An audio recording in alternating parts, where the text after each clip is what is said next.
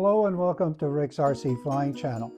This is just a short video of an incident I had occur while flying this Fokker D-Vll. It's a Hangar 9 ARF, and I got a DA60 gas-powered engine in it. It's a really nice flying airplane. I really enjoy it.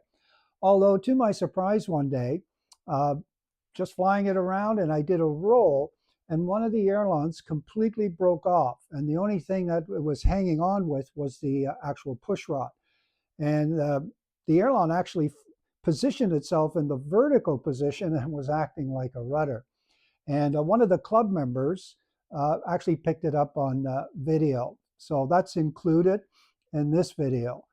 And interestingly enough, this ARF came with the hinges that are the CA type. Actually, I was a bit surprised to see this type of hinge on an airplane this big. I don't have much experience with this type of hinge, although I know a lot of modelers who use them. And quite frankly, never really heard of them failing, although I found out otherwise.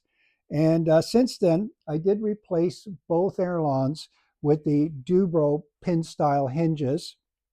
And as a matter of fact, I then went and changed the elevator hinges into the Robart pin style. I also changed the hinges on the rudder, and of course, since then, never had any problems.